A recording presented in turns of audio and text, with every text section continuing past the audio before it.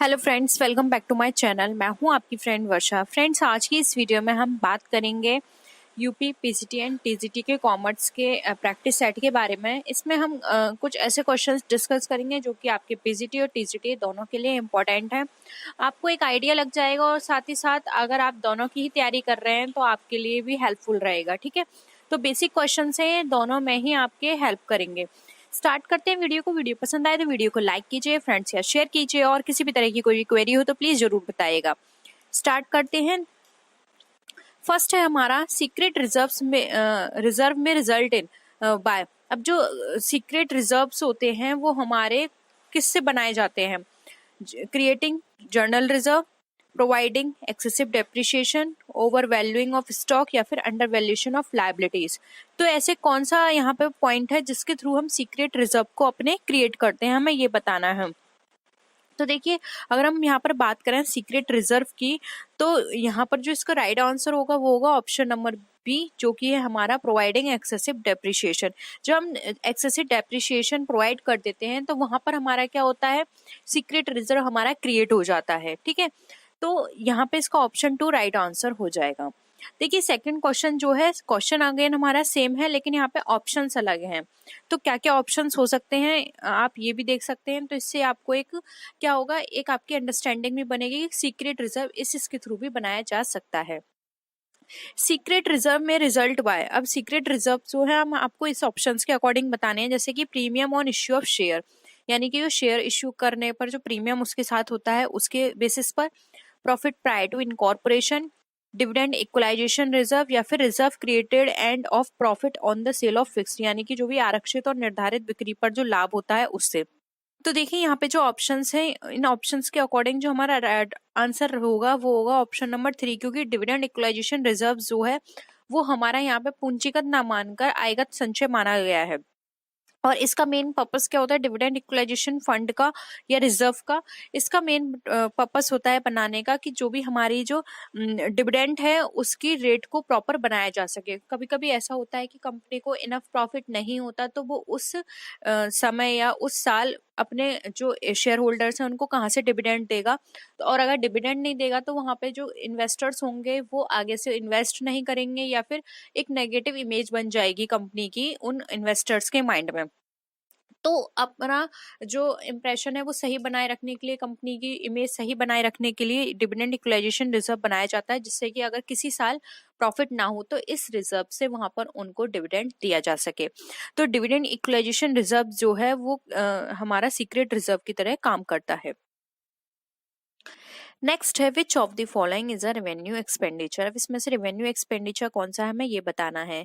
Repairs on purchase of second hand assets to put into working condition, यानी कि कोई भी ऐसी रिपेयरिंग कराना जिससे असेट्स जो है वो वर्किंग कंडीशन बनी रहे। प्रिलिमिनरी एक्सपेंसेस कराना, cost of issuing shares and debentures, या फिर legal expenses to defend a suit filed by the competitor. तो हमें बताना है इनमें से कौन सा हमारा रेवेन्यू एक्सपेंडिचर है। तो देखिए, अगर रेवेन्यू एक्सपेंडिचर की बात करें तो व्यवसाय को निरंतर चलाए रखने के लिए क्या करना पड़ता है, हमें आयगत व्यय करना पड़ता है। तो डी के अतिरिक्त अगर हम यहाँ पर बात करें तो बाकी सारे हमारे क्या हैं, हमारे पूंजीगत व्यय हैं। तो यहाँ पर ऑप्शन जो होगा वो हमारा ऑप्शन डी राइट आंसर हो जाएगा। ये option D, legal expenses to defend a suit filed by the competitor. Next question पे आते हैं। In double entry system of book keeping और ट्रांजेक्शन अफेक्ट्स। और डबल एंट्री सिस्टम जो है हमारा बुक कीपिंग का, उसमें ट्रांजेक्शन हमारे इफेक्ट करते हैं कैसे? एक अकाउंट में दो बार, दो अकाउंट्स में एक ही समय पर, one account in two ways, यानी कि एक अकाउंट में दो तरीकों से, या फिर two accounts in two ways each, यानी कि दो अकाउंट में दोनों तरीके से। ठीक है, तो यहाँ पर अगर हम डबल एंट्री सिस्टम की बात करें तो सबसे पहले हमें ये पता होना चाहिए डबल एंट्री सिस्टम में ट्रांजेक्शन्स किस तरह से होते हैं। तो डबल एंट्री सिस्टम में हमारे जो ट्रांजेक्शन्स होते हैं वो हमारे दोनों साइड होते हैं, यानी कि डेबिट साइड भी और क्रेडिट साइड भी। तो यहाँ पर देखिए, जो हमारा राइट आंसर होगा वो यहाँ पे एक अकाउंट इन टू वेज, ये हमारा ऑप्शन यहाँ पे बिल्कुल करेक्ट होगा। तो ऑप्शन 3 यहाँ पे राइट आंसर है, क्योंकि एक अकाउंट में दो जगह एंट्री होती है किसी भी ट्रांजेक्शन की, एक होती है क्रेडिट साइड, एक होती है डेबिट साइड, इसलिए यहाँ पे ऑप्शन सी हमारा राइट आंसर हो जाएगा। नेक्स्ट क्वेश्चन पे आते हैं। देखिए ये क्वेश्चन थोड़ा बड़ा है, ये पूरे यहाँ से क्वेश्चन है और ये हमारे ऑप्शंस थे। तो पहले हम क्वेश्चंस देख लेते हैं। Consider the following activities. अब देखिए यहाँ पे हमें एक्टिविटीज को हमें यहाँ पे सीरियल वाइज लगाना है। Summarising the performance of a business, यानी कि बिजनेस के परफॉर्मेंस को समराइज करना। एनालाइजिंग द बिजनेस ट्रांजेक्शंस, उनके बिजनेस ट्रांजेक्शंस को एनालाइज करना, इंटरप्रेट करना रिजल्ट या फिर अकॉर्डिंगली ट्रांजेक्शंस। तो अकाउंटिंग साइकिल हमें यहाँ पे बताना है।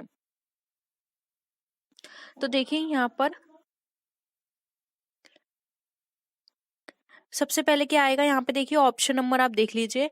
ऑप्शन यहाँ पे सबसे पहले आएगा, सबसे पहले हम क्या करते हैं, लेन देनों का लेखन करते हैं, यानी कि हम क्या करेंगे, रिकॉर्डिंग करेंगे सबसे पहले। ठीक है, तो यहाँ पर हो गया हमारा 4। सबसे पहले हम रिकॉर्ड करते हैं, उसके बाद हम क्या करेंगे, उनका विश्लेषण करते हैं। विश्लेषण का मतलब यहाँ पर हमारा क्या हो गया, उसको एनालाइज करने से, तो हो गया हमारा 2। ये हो गया हमारा विश्लेषण करना। विश्लेषण करने के बाद हम क्या करते हैं, जो भी हमारी जो भी विश्लेषण करने के बाद हमें जो नेक्स्ट स्टेप आएगा वो होगा उसको समराइज करना। समराइज करेंगे यानी कि हम उनको एक शॉर्ट वे में, हम उन सारी चीजों को जो भी एनालाइज करने में निकल कर आया उसको हम शॉर्ट में उस पूरे चीज को लिखेंगे। तो ये हो गया हमारा 1। उसके बाद आएगा जो भी हमने समराइज किया, उसके बाद हम जो भी रिजल्ट निकला उसको इंटरप्रेट करेंगे, यानी कि अब उसको हम बताएंगे कि ये इस तरीके से निकला, यानी कि उसको एक वैलिडेट किसी एग्जाम्पल के थ्रू या फिर अपने रेशियोज के थ्रू उसको हम एक्सप्लेन करने की कोशिश करेंगे कि हाँ ये पूरी चीज थी जिसके थ्रू हमारा ये रिजल्ट निकल कर आया। तो यहाँ पर ऑप्शन फिर क्या आ जाएगा, 3। तो हमारा जो वो बनेगा यहाँ पे साइकिल, वो बनेगा 4 2 1 3 का। तो 4 2 1 3 यहाँ पे ऑप्शन 2 में है, तो ऑप्शन 2 यहाँ पे हमारा क्या हो जाएगा, राइट आंसर हो जाएगा। नेक्स्ट आते हैं, the user group of accounting information is. अब जो अकाउंटिंग इन्फॉर्मेशन है उसका यूजर ग्रुप क्या कहलाता है, owners of the business, managers of the business, potential investor of the business, यानी ऑफ द अबव।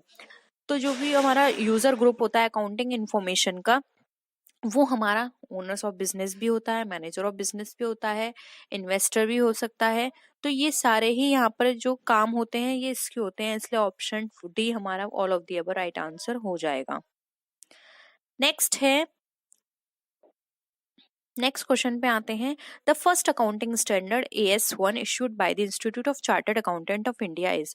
अब जो हमारा अकाउंटिंग स्टैंडर्ड 1 है वो हमारा क्या बताता है, valuation of inventories, revenue recognition, change of financial position and disclosure of accounting policy. तो 1 जो हमें बताता है वो बताता है disclosure of accounting policies. Option 4 यहाँ पे हमारा राइट आंसर हो जाएगा।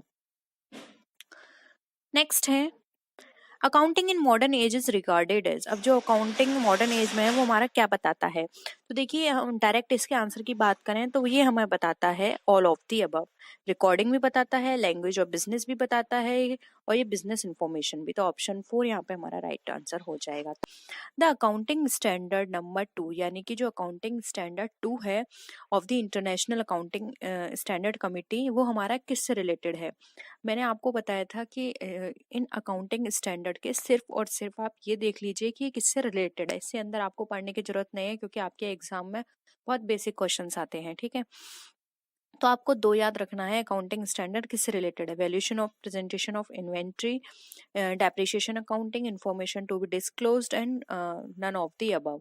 तो देखिए दो की यहाँ पर अगर हम बात करें तो ये हमारा अकाउंटिंग स्टैंडर्ड 2 जो है वो हमारा यहाँ पे इसका राइट आंसर हो जाएगा A, valuation and presentation of inventory से। डेप्रिसिएशन की बात करें तो डेप्रिसिएशन हमारा अकाउंटिंग स्टैंडर्ड 6 से रिलेटेड है, एंड हमारा जो इंफॉर्मेशन टू बी डिस्क्लोज्ड है ये अकाउंटिंग स्टैंडर्ड 1 है।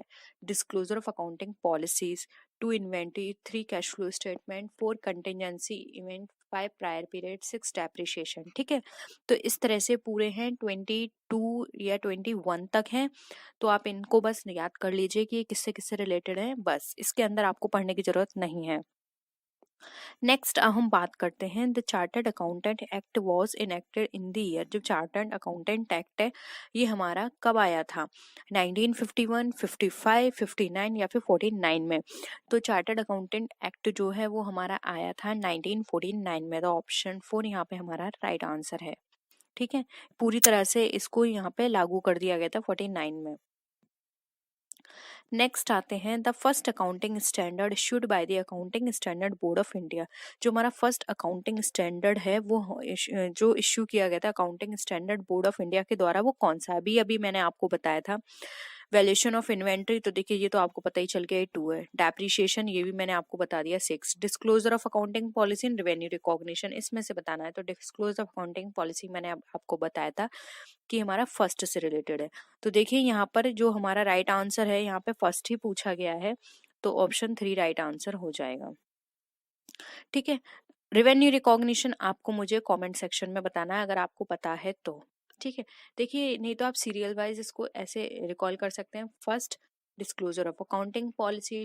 2, inventory. 3, cash flow statement. 4, contingency event. 5, prior period. 6, depreciation. 7, construction. 8, research and development. 9, revenue recognition. ठीक है, तो ये 9 क्या हो गया? Revenue recognition. ठीक है, नेक्स्ट आते हैं goods withdrawn by the proprietor from business for his personal use will be credited to। अब एक proprietor है, अपने पर्सनल यूज के लिए बिजनेस से विड्रॉ करता है, तो वो उसमें वहां पर क्रेडिट कौन सी आइटम की जाएगी या फिर कौन सा अकाउंट किया जाएगा? Sales account, purchase account, suppliers account या फिर स्टॉक अकाउंट? तो यहाँ पर बात की जा रही है उसके विड्रॉल से रिलेटेड है। तो देखिए जो स्टॉक अकाउंट है, यानी कि जो विड्रॉल करेगा वो उसके पास कभी ना कभी स्टॉक में रखा रहा होगा, वो वही उसको क्या करेगा, वहां से पर्सनल यूज के लिए निकालेगा, इसलिए स्टॉक अकाउंट किया जाएगा। परचेज नहीं कर सकती क्योंकि हमें नहीं पता जो स्टॉक वो निकाल रहा है या फिर जो पर्सनल यूज के लिए निकाल रहा है वो परचेज से निकाल रहा है। सेल्स भी नहीं आ सकता क्योंकि सेल्स अकाउंट तब आएगा जब वो कुछ सेल से रिलेटेड कोई ट्रांजेक्शन करेगा। सप्लायर्स भी नहीं हो सकता। स्टॉक इसलिए होगा क्योंकि वो कुछ माल उसके बिजनेस में रखा हुआ है एज अ स्टॉक, वो वहां से अपने पर्सनल यूज के लिए निकाल रहा है। ठीक है, तो यहाँ पे 4 हमारा राइट आंसर हो जाएगा। नेक्स्ट क्वेश्चन पे आते हैं, which of the following is not a function of accounting. अब आपको इसमें से बताना है कौन सा अकाउंटिंग का फंक्शन नहीं है।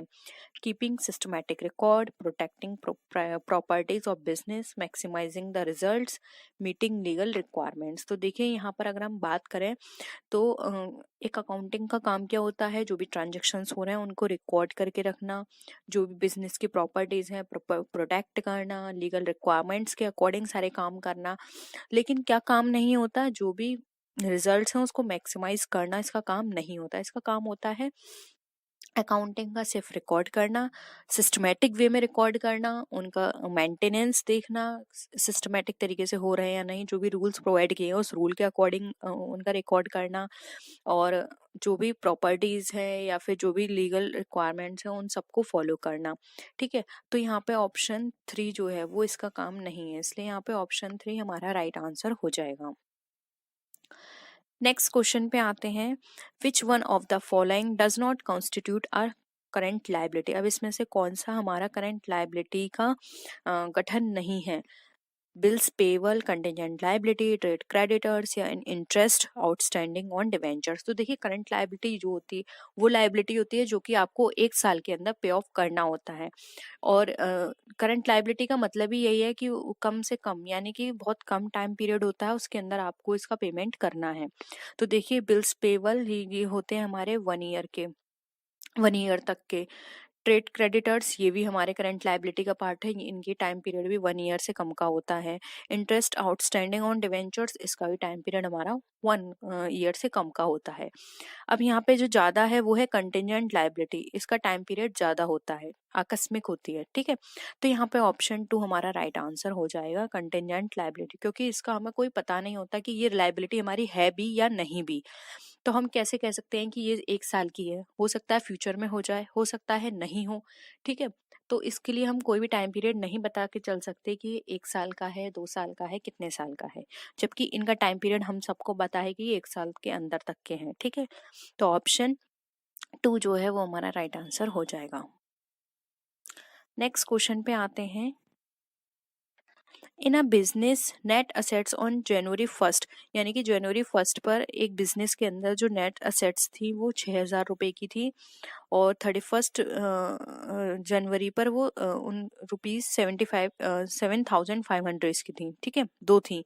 If he the withdrawals of the owner during January are rupees 1,000, अब वो जनवरी के टाइम पीरियड के अंदर वो 1,000 रुपये निकाल लेता है अगर कोई उस कंपनी का ओनर, तो नेट इनकम जनवरी की क्या होगी, ठीक है। तो आप देखिए ऐसे निकाल के चलिए, 31 जैन को उसके पास कितनी संपत्ति थी, 7,500, कितनी एसेट थी, 7,500 की, उसने विड्रॉल की 1,000, तो विड्रॉल हमेशा ऐड होते हैं, तो 1,000 आपने ऐड कर दिए, कितने हो गए ये हमारे 8,500 हो गए, ठीक है। अब यहाँ पर ये क्या बोल रहा है, और 1 जनवरी को उसकी कितनी थी असेट्स जो थी, यानी कि जो ओपनिंग थी वो थी हमारी 6,000 रुपए की, तो इसको आपको माइनस करना पड़ेगा। अब 6,000 आप इसमें से माइनस कर दीजिए तो आपको कितना बचा, 2,500। तो ये 2,500 जो है जनवरी माह की जो है वो शुद्ध आय होगी, क्योंकि 6,000 तो पहले का ऐड था तो हमें माइनस करना पड़ा, और 1,000 उसने निकाल लिया, निकाला किस में से, इसी में से निकाला होगा, इसलिए वो 1,000 ऐड करा है। लास्ट रिमेनिंग जो बचे 2,500 उसकी नेट इनकम है। तो यहाँ पे ऑप्शन 2 जो है वो हमारा राइट आंसर हो जाएगा। आई होप ये क्वेश्चन आपको क्लियर हुआ होगा। इसी तरह के छोटे क्वेश्चंस आते हैं, ज़्यादा लंबे क्वेश्चंस इसमें नहीं पूछे जाते जिसमें आपकी लंबी कैलकुलेशन हो। नेक्स्ट है कंसिडर द फॉलोइंग स्टेटमेंट। अब आपको ये स्टेटमेंट बताने हैं कि यहाँ पे जो रीजन है वो सही है या नहीं। Accounting is the language of business, जो अकाउंटिंग है क्या वो बिजनेस की लैंग्वेज है। रीजन है accounting provides all information needed bye a businessman, यानी कि अकाउंटिंग जो है वो सारी इन्फॉर्मेशन प्रोवाइड करता है जो कि एक बिजनेसमैन को चाहिए होती है। तो देखिए अकाउंटिंग प्रोवाइड कर रहा है यानी कि वो उसकी लैंग्वेज है, तभी तो वो उसको प्रोवाइड कर रहा है सारी इन्फॉर्मेशन। तो यानी कि जो असर्शन है उसके अकॉर्डिंग रीजन जो है वो बिल्कुल हमारा करेक्ट है। अब आप ऑप्शंस देख लीजिए, both A and R are true. R is the correct explanation of A. Both A and R are true, and R is the correct explanation of A. A is true but R is false, and A is false but R is true. अब इसमें से आपको बताना है कौन सा आपका right answer हो जाएगा। तो मैंने आपको क्या बताया कि अकाउंटिंग जो है वो बिजनेस के लैंग्वेज होती है, ये बिल्कुल सही है, क्योंकि वो लैंग्वेज है तभी तो उस लैंग्वेज के थ्रू वो बता रहा है एक बिजनेसमैन को कि उसको क्या क्या चाहिए या फिर कौन कौन सी उसको इन्फॉर्मेशन चाहिए, वो उसको इन्फॉर्मेशन प्रोवाइड कर रहा है। इसलिए जो असर्शन है उसके अकॉर्डिंग जो रीजन दिया हुआ है बिल्कुल सही है, इसलिए यहाँ पे ऑप्शन 1 जो है वो हमारा राइट आंसर हो जाएगा। नेक्स्ट आते हैं। तो फ्रेंड्स आज के लिए इतना ही क्वेश्चंस थे।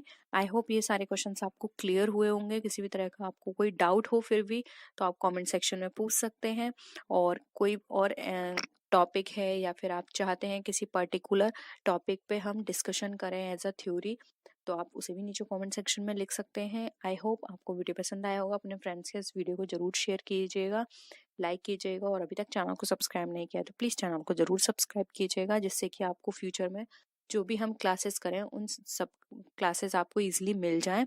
तो नेक्स्ट वीडियो में फिर मिलते हैं हम आपसे और भी अच्छी वीडियोस के साथ। तब तक के लिए टेक केयर, बाय बाय।